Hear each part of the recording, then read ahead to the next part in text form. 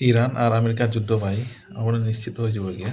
কী কারণে ওই একটা বললাম, কারণ আমেরিকা যেটা বলে সেটা করে, চলে বলে কৌশলে সে কিন্তু একটা ব্যবস্থা নিবেই। সে তার মিডিল থেকে সৈন্য সরালেও কিন্তু অন্য জায়গায় কিন্তু ব্যবস্থা করবে।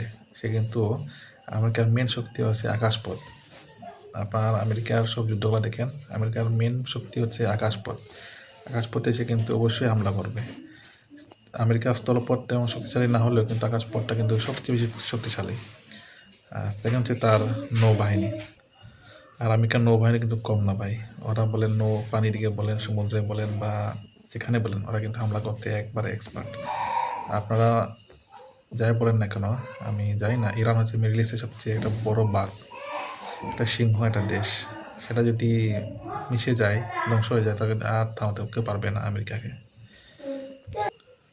যুদ্ধ হলে সবচেয়ে বেশি লাভবান হয় অস্ত্র ব্যবসায়ীরা।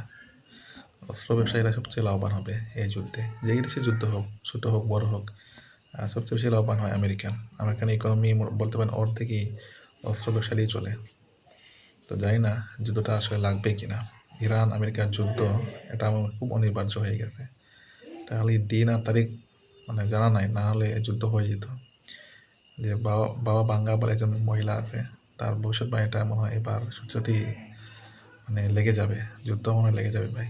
আমেরিকা এমনি সে তার বাহিনী অস্ত্র সব সরিয়ে ফেলছে, কিন্তু সে সরাই নাই। এটা তার চাল আছে, এটা নিশ্চিত।